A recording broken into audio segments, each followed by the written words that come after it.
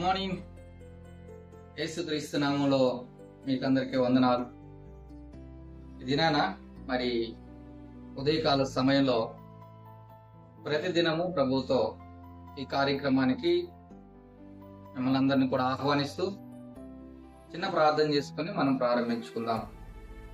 తండ్రి, నీ వందనాలనైనా మరొక దినాన సజీవులుగా మమ్మల్ని లేపి ఈ ప్రభు దినాన మమ్మల్ని దేవా ప్రతిదినము ప్రభుతో అనే ఈ కార్యక్రమానికి తీసుకొచ్చినందుకే వందనాలు. మేము మాట వినాలనుకుంటున్నాం, ఆశపడుతున్నాం. మాతో మాట్లాడమని, మమ్మల్ని నడిపించమని యేసుక్రీస్తు నామములో ప్రార్థించి వేడుకున్నాను తండ్రి, ఆమేన్. రైట్, మరి మరొక ప్రభు దినాన ఈ రీతిగా మనం కలుసుకోవడం చాలా సంతోషంగా ఉంటా ఉంది. సో మీరందరూ కూడా మరి దినాన దేవుని మందిరానికి వెళ్ళి దేవుని స్తుతించి గణపరిచి ఆరాధించి మీరు కూడా దీవెనలు పొందుకొని రావాలని ప్రభు పేరట నేను మనవి చేస్తూ ఉంటా ఉన్నా.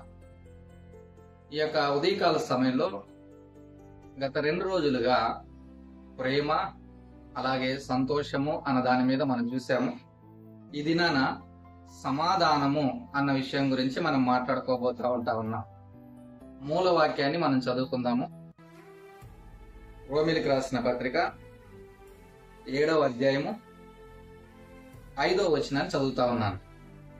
ఏలయనగా మనము శరీర సంబంధులమై ఉండినప్పుడు మరణార్థమైన ఫలమును ఫలించుటకై ధర్మశాస్త్రము వలనైన పాపేచ్ఛలు మన అవయవములలో కార్యసాధకములై ఉండెను. సో దీన్ని గత 2 రోజులుగా మనం చెప్పుకుంటా వస్తున్నాం. సో ఈ 3వ దినాన్ని కూడా నేను దీని గురించి చెప్పడానికి ఇష్టపడతా ఉంటా ఉన్నా. మనము శరీర సంబంధంగా ఉన్నప్పుడు మరణార్థమైన ఫలాలను ఫలించడానికి మన యొక్క అవయవాలు ఎలా ఉన్నాయి అంటే కార్యసాధకములుగా ఉన్నాయంట. పాపేచ్ఛలు జరిగించడానికి మన అవయవాలు కార్యసాధకాలుగా ఉన్నాయి. అయితే ఇప్పుడు మనం ఆత్మ సంబంధులము, దేవుని పిల్లలంగా ఉంటా ఉన్నాం కాబట్టి మన అవయవములు పాపేచ్ఛలు జరిగించడానికి కార్యసాధకాలుగా ఉండకుండా చక్కటి ఆత్మ ఫలమును ఫలించే అవయవాలుగా ఉండాలి. ఇక్కడ మనము ఈ మాట 5వ వచనంలో మనం చూస్తూ ఉంటున్నాం కదా, మరణార్థమైన ఫలము ఫలించుటకై అని. సో ఇక మీదట మనం ఫలించే ఫలము అది మరణార్థమైన ఫలంగా ఉండకుండా దేవుడు చెప్పినట్టు ఆత్మ ఫలముగా అది ఉండాలి.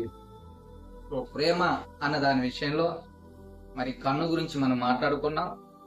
సంతోషము అన్న దాని విషయంలో మరి నోరు లేదా గొంతు గురించి మనం మాట్లాడుకుంటూ వచ్చాం. ఈ దినాన సమాధానము అన్న విషయం గురించి మరి మాట్లాడబోతా ఉంటా ఉన్నాం. ఒకసారి ఎఫెసీయులకు రాసిన పత్రిక 6వ అధ్యాయము 15వ వచనాన్ని చదువుకుందాం.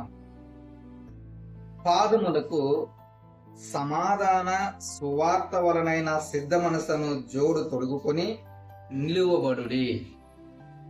చాలా చక్కటి మాట. దేవుని యొక్క ప్రజలు లేకపోతే దేవుని యొక్క బిడ్డలు సర్వాంగ కవచమును ధరించుకొని శత్రువును ఎదిరించే వారంగా మనం ఉండాలి అన్న విషయాన్ని చెబుతూ ఇక్కడ మన పాదములకు ఏం ధరించుకోవాలి అని చెప్పబడతా ఉంది అంటే, పాదములకు సమాధాన స్వార్థ వలనైన సిద్ధ మనసును జోడు తొడుగుకొని నిలవబడి. సో సమాధానము అన్న విషయము మనం గుర్తుపెట్టుకోవాల్సిన వారంగా ఉంటా ఉన్నాం. మనం నిలబడిన చోట సమాధానం ఉండాలి, మనం వెళ్ళిన చోట సమాధానం ఉండాలి, కలుస్తున్న మనుషులతో సమాధానం కలిగి ఉండాలి, మాట్లాడుతున్న వారితో సమాధానం కలిగి ఉండాలి. సో మన జీవితము సమాధానకరమైన పరిస్థితిని కలిగిన జీవితంగా ఉండాలి.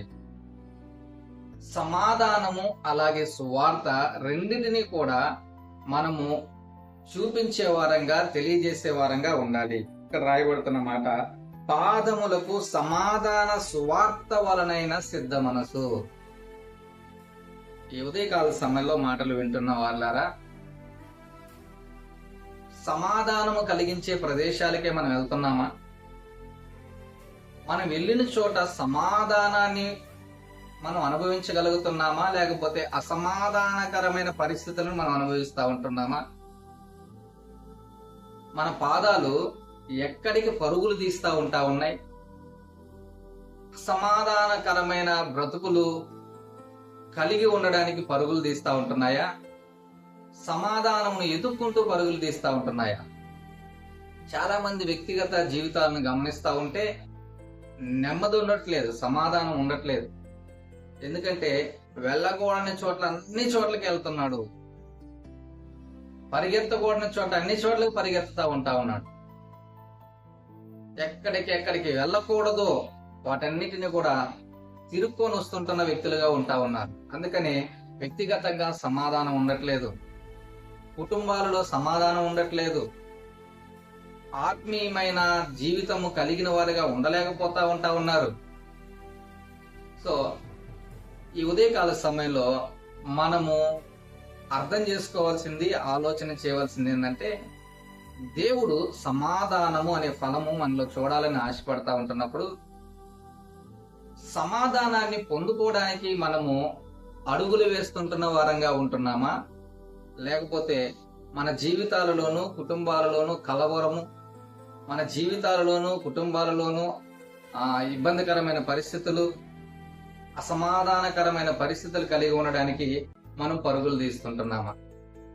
చాలా మంది ఇది చేస్తే కుటుంబంలో కలహాలు వస్తాయి, ఇది చేస్తే నా యొక్క ఆత్మీయ జీవితం గందరగోళం అయిపోతుంది, ఇదిగో ఇక్కడికి వెళితే నా సాక్ష్యం అంతా కూడా చిందరవందరైపోతుంది అని తెలిసినా కూడా ఏం కాదులే అని చేస్తుంటున్న వారు ఉన్నారు, వెళ్తుంటున్న వారు వెళ్తా ఉన్నారు. ఇంకెక్కడుంటది సమాధానం? అందుకనే దేవుడు అంటున్నాడు, మీ పాదములకు సమాధానము సువార్త వలనైన సిద్ధ మనసున జోళ్లు తొడుక్కోండి అని చెప్తున్నాడు దేవుడు. కాబట్టి ఈ ఉదయకాల సమయంలో మన పాదములకు ఆ జోడులు తొడుక్కోవాల్సిన వారంగా ఉన్నాము.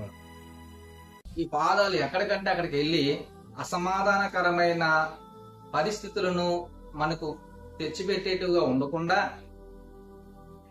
మనం వెళ్తున్న చోట వస్తున్న చోట ఎక్కడైనా సరే సమాధానకరమైన పరిస్థితులే ఉండాలి. మనం వెళితే ఇద్దరి మధ్య సమాధానం కుదిర్చే వాళ్ళంగా ఉండాలి.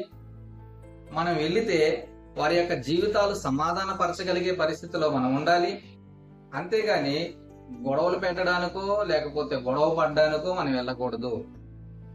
మన పాదములకు సమాధాన సువార్త వలనైన సిద్ధ మనసును జోడు తొడుక్కునే వారంగా మనం ఉండాలి. కాబట్టి ఈ యొక్క ఉదయకాల సమయంలో నీ పాదాలు ఎక్కడికి పరుగు తీస్తుందో నువ్వు ఆలోచన చేయవలసిన వ్యక్తిగా ఉన్నావు. నీ ఆత్మీయ జీవితానికి సమాధానాన్ని కలిగించే ప్రదేశాలకు నీ పాదాలు వెళ్తున్నాయా? నీ కుటుంబంలో సమాధానాన్ని కలిగించే విధంగానే నీ పాదాలు నడుచుకుంటున్నాయా? ఒకసారి ఆలోచన చేసి, ఒకవేళ సమాధానము అన్నది నీ జీవితంలో లేకపోయినట్లయితే, సమాధానం అన్నది నీ బ్రతుకులో నీ హృదయంలో లేకపోయినట్లయితే, దేవుని వేడుకోయి ఉదయకాల సమయంలో ఈ ప్రభుదినాన ఆయన నీకు సమాధానం కలుగజేస్తాడు. ఆయనకున్న పేరు సమాధానకర్త అయిన దేవుడు. కాబట్టి ఈ సమాధానం పొందుకోవాలి అని ఆశపడుతున్నట్లయితే, ప్రభువా నాకు సమాధానాన్ని ఇవ్వు, నా పాదములకు ఆ జోడు నేను తొడుక్కొని అయ్యా నా జీవితాన్ని నేను సుఖవంతంగా సాగించడానికి సహాయం చేయని దేవుని వేడుకో, దేవుడు సహాయం చేస్తాడు. ప్రార్థన చేసుకుందాం, తలలు వంచుదాం.